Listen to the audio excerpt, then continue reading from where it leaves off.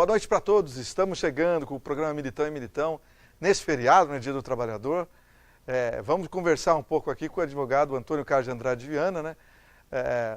Sobre a situação do ex-presidente preso, que é Luiz Inácio Lula da Silva, que dominou na semana que passou e essa semana domina os noticiários, né, doutor Viana? Especialmente por conta da segunda turma do Supremo Tribunal Federal. O que vai acontecer? Doutor Viana, tudo bem? Como vai? Tudo bem, Marcelo, boa noite a todos.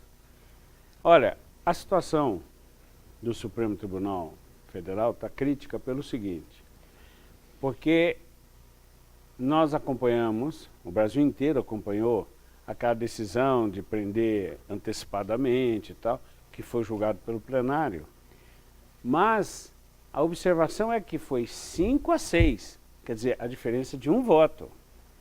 Foi 5-6.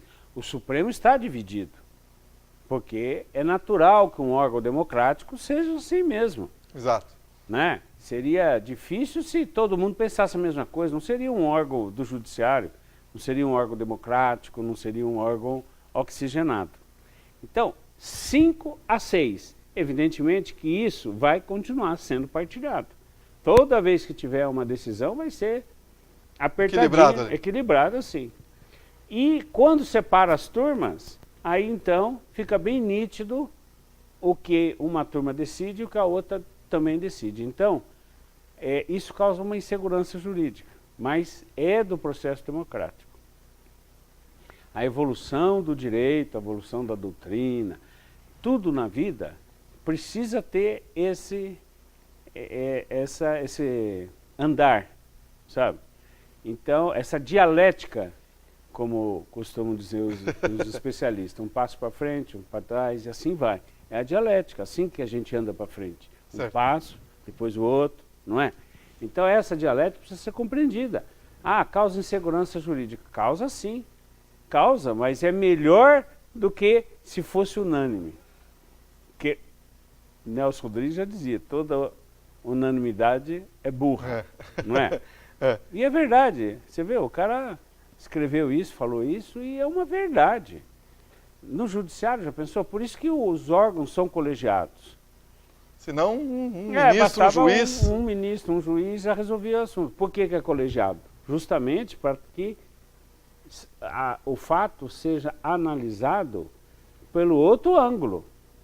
Às vezes a pessoa é mais experiente, é mais técnico, ou vê o lado social que o outro não está vendo. Sabe, o direito, ele tem as fontes de informação de tudo. De tudo. É preciso que o juiz analise uma situação com os olhos da onde ocorreu o fato. Ele não pode julgar, por exemplo, um rapaz, um universitário que mora no condomínio fechado, com um operário com a mesma idade que mora na periferia, na favela, na comunidade. Se ele for aplicar a lei igual para os dois, ele está sendo injusto. Exato. E o direito, ele se informa disso. É preciso que o juiz tenha essa capacidade. Para isso, o juiz precisa estudar filosofia, antropologia, sociologia, poesia, literatura. O juiz precisa ser técnico também. Por quê? Porque aí ele vai ser um bom juiz. Não aquele juiz boca da lei, que fala, a lei fala isso e pá. Aqui ele está fazendo uma injustiça, ele faz mal para a sociedade, esse juiz. Entendi. Faz mal para a sociedade. Ele está contrariando a missão dele, sabe? Porque a missão dele não é pegar a letra da lei, porque existe a lei e nós na faculdade aprendemos, como advogados, que existe a interpretação da lei, é o espírito da lei. Então aquele juiz burro, imbecil, que é a boca da lei, esse não é respeitado nem pelos colegas. Vai cometer muitas injustiças. Sim, porque ele não tem cultura e preparo para questionar, interpretar e aplicar a lei conforme o caso. Que é isso que é a magistratura. Você vai aplicar a lei conforme o caso. Não é assim, porque aquele menino lá foi preso com um cigarro de maconha, ele é traficante. O do condomínio de luxo foi preso com uma buchinha de cocaína ou com êxtase e não, ele é só usuário. Não é verdade? É. Então, pô, nós vivemos num mundo muito paradoxo e cabe ao judiciário consertar isso. É verdade. É. Cabe ao judiciário. E o Lula, o que acontece? O Lula foi chefe de Estado. Prenderam o Lula, condenaram, e ele, como chefe de Estado político que é, bom político, o melhor político que o Brasil tem hoje em termos de política. Estou falando que ele é bom como homem, mas como político ele é um show. Habilidoso. Habilidoso. É fogo. E ele está usando tudo isso para fazer onda e mostrar que fortalecer o PT, fortalecer a esquerda. Ele cresceu 5 pontos nas pesquisas, depois de preso. E ele sabe trabalhar, ele sabe fazer. E daí que está preso? Ele está preso, mas ele tira proveito de tudo. Esse tipo de pessoas, eles são oportunistas, eles tiram proveito. E é o que não nós deixa estamos lá vendo. a depressão de estar preso, não deixa nada disso abateu. Nada. Se falar que ele está com depressão é só para ganhar comoção social. Nunca. Um cara desse não tem depressão. O cara veio do Nordeste, caminhão pau de arara, enfrentou a ditadura, usava macacão, brigou com os militares, foi preso, fez uma carreira política das mais brilhantes no Brasil, montou um partido, foi 2 vezes presidente da República, elegeu 2 vezes a Dilma. Essa talvez seja a maior obra, né? Que ela é então, difícil de carregar. Difícil de carregar. Então, o cara mostrou que ele é político de verdade. Político. Então, quem pensa que ele ia ser condenado e não ia ter trabalho, vai ter muito trabalho, muita coisa. Agora mesmo, viu que o Supremo mandou tirar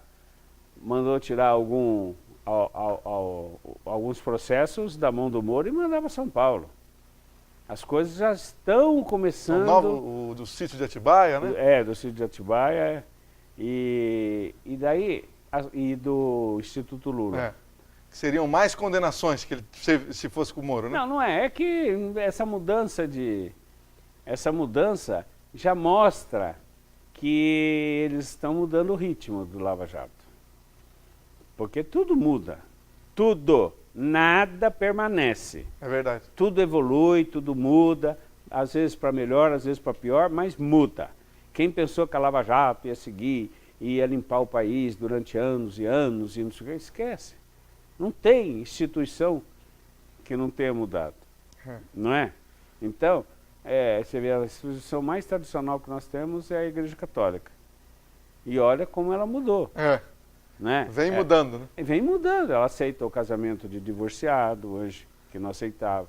Aceita o batismo de quem não foi, dos pais da criança, que é filho de pais que não foram batizados, sabe? Evoluiu, o mundo evoluiu. Uns acham bom, outros acham O Papa falou que aceita os gays, que era para respeitar os gays. O atual Papa, né? O atual Papa. Então, tudo muda, tudo caminha, e assim caminha a humanidade. E quem viver verá o que vai acontecer com esse tal de Lula. Obrigado, doutor Viana. Grande abraço. Obrigado. Boa semana para todos. Já voltamos.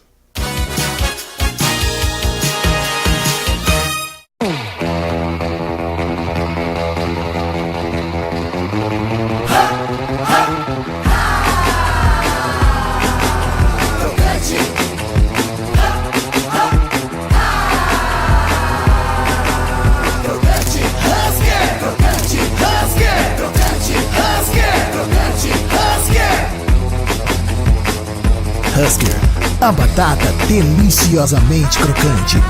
Husker. O Ateliê de Delícias Hashimitsu é a melhor doceria de Londrina. Agora com 6 lojas espalhadas pela cidade, inclusive no Shopping Catuaí. E sempre com uma linha completa de produtos irresistíveis. Venha conferir!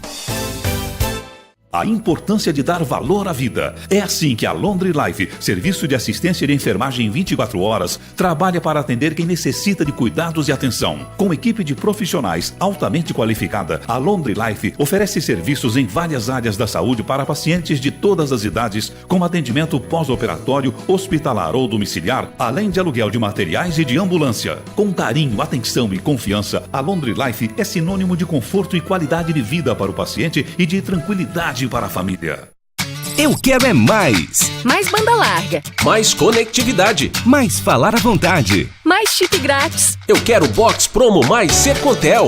Banda larga 10 mega mais plano mais para você falar à vontade com operadoras locais fixas. Mais Wi-Fi grátis só R$ 99,90. Grátis um chip plano livre com R$ 18 de crédito. Quer mais? Então vem para o Box Promo mais da Sercontel. Soluções completas.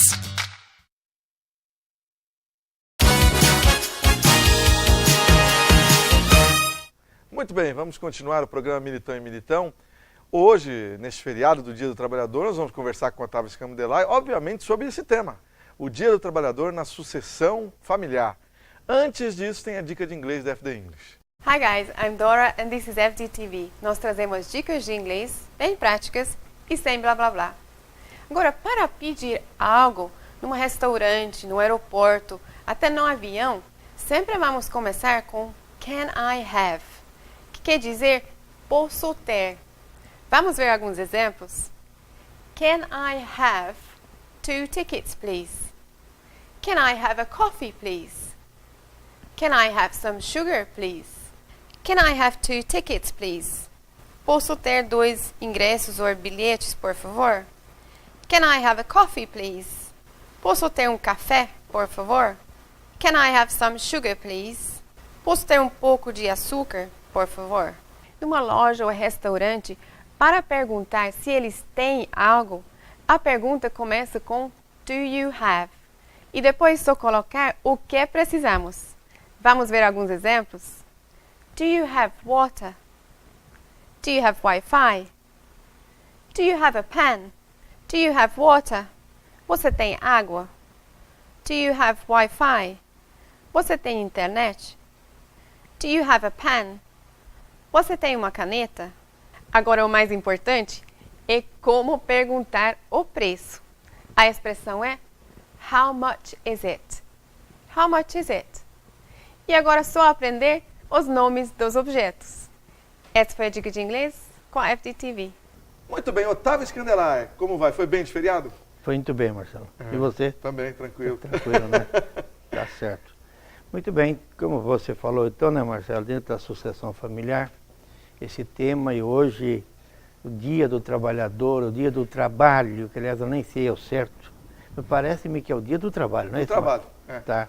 Não é o Dia do Trabalhador, não. Quem folga é o trabalhador, É. mas é o Dia do Trabalho. Pois é, mas você veja que a coisa começa já a ir num contrassenso, não é isso? Que é o Dia do Trabalho e a gente fica de folga.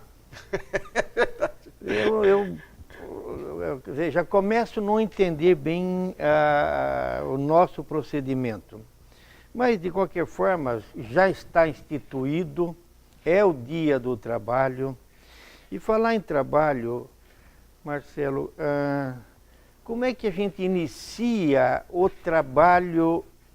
Que a gente fala em trabalho, mas na verdade a gente poderia trocar essa palavra trabalho por profissão. Exato.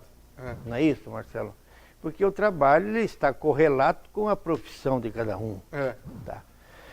O Marcelo Militão, como é que você começou esse trabalho? Como é que foi? Conta um pouco da sua história, para que as pessoas talvez tenham você como exemplo, por que não? Eu vou contar a minha. Falando rapidamente, primeiro Isso. que eu ia com meu pai, vim aqui na TV com meu pai, lá na Folha com meu pai quando eu era criança. E depois optei fazer jornalismo aqui na UEL, aqui na Faculdade de Jornalismo da UEL. E o meu primeiro emprego foi em televisão, foi na TV Tarobá, né? Depois TV CNT e TV Coroados. E daí, depois eu e meu pai criamos uma revista, daí foi ajudar ele lá na Folha e fazer o programa com ele aqui na TV Tropical. Então a minha carreira foi essa, mas ela começa muito antes da faculdade, vendo, né? todos aqueles profissionais trabalharam na redação da Folha de Londrina. Quando eu tinha 6 anos, 7 anos. Então, pai e mãe, ou que você ainda que não é pai e mãe, você está ouvindo isso daí? É lamentável, Marcelo, é lamentável que hoje é proibido, o Ministério não deixa, a fiscalização não deixa ter um menor trabalhando em qualquer que seja o lugar, tá? Ou então fazendo visitas. E eu também começo, Marcelo, dizendo que aos 5 anos, por aí, 6 anos, eu já levava, nós morávamos na roça, no sítio. Eu já levava uma marmita para 5 ou 6 pessoas, 1 a 2 quilômetros, caminhando e levava o almoço. Ou seja, já era o seu trabalho. Já era o meu trabalho. Então, e hoje com 68, quer dizer, 60 anos depois, na época eu ficava brabo. Ah, é? Sim, putz, eu tenho que fazer isso aí. Mas hoje eu tenho um baita de um orgulho. De ter começado assim. De ter começado cedo, cara. Quer dizer, eu já tenho 60 anos de profissão. É verdade. De trabalho. Quer dizer, eu já comecei a não dar prejuízo para o meu pai. Porque, imagine, Marcelo, nós deixamos um filho em casa até 15 ou 16 anos, o custo que esse filho tem para a sociedade, tem para o pai e para a mãe. É verdade. Tá? Essa é uma questão. A outra questão é, a principal de todas, é que um pai ou uma mãe tem a obrigação, isso é uma obrigação, de ir desde pequeno e conhecendo uma tendência que o filho ou a filha tem no quesito profissional. Não pode se omitir disso. Não, aliás, o pai ou a mãe que se omite disso está cometendo o maior pecado na vida dele. Possivelmente, quando tiver que estar lá junto com o chefe maior, vai ter que mostrar por que fez isso. Prestar conta. Vai ter que prestar contas. O pai tem esta obrigação, a mãe tem essa obrigação, tá? Vai conhecendo, vai estudando junto com o filho ou com a filha qual a tendência que ele tem. No meu caso, por exemplo, quando eu morava na roça, no sítio, né? Lá à noite a gente via a lua, as estrelas, mas eu sonhava todas as noites com luz. Eu gosto muito de luz, sou tipo uma mariposa. Eu gosto de prédios, eu gosto de obras de arte que é um prédio, que é uma casa. Então o que aconteceu? Mas meu pai ele não teve essa percepção. E eu tive que ir aprendendo sozinho. Eu só consegui entender e começar a trabalhar no que eu realmente gosto. Eu já tinha 25 anos. Bem depois? Bem depois, que foi quando eu comecei a trabalhar. E hoje eu trabalho no mercado imobiliário. Tá? A gente não constrói um pouquinho, mas pouca coisa. Mas é a intermediação imobiliária mesmo. Ou seja, eu adoro cidade grande, eu vibro. Ainda ontem à noite eu levantei, olhei para fora pela janela, eu moro no 4º andar, e eu fico olhando, maravilhado, dá uma êxtase ver os prédios. As pessoas legal mesmo. É muito lindo, as pessoas acendem uma luz, a outra apaga, sabe? É um movimento que só isso aí já basta. Então, pai, toma cuidado com isso, não deixa teu filho ficar tão folgado, não. Dê um trabalhinho para ele, se ele não pode trabalhar fora, vai ensinando em casa. E outra coisa, a gente também fala aqui muito em emprego. Está na hora, pai, você, mãe, de tornar o seu filho um empreendedor. Não é sair por aí pedindo emprego, Marcelo. Não um empregado, mas um empreendedor. Um empreendedor. Pô, eu conheço grandes homens que começaram vendendo paçoquinha, vendendo coxinha. Não é, essa é a maior virtude do homem, é ir trabalhar cedo. Tá? É a maior virtude do homem, da mulher, é ele trabalhar cedo e ser um grande empreendedor. Nós nascemos para gerar emprego. Então hoje, que é o dia do trabalho, tá? Nós que trabalhamos, né, Marcelo? Eu cheguei a trabalhar 18 horas por dia. Nossa, muito, hein? Não, eu trabalhei, não tenho... E não incansável. É incansável, a gente foi professor, para chegar tudo nisso, para chegar onde nós estamos aqui, nós somos algumas coisas.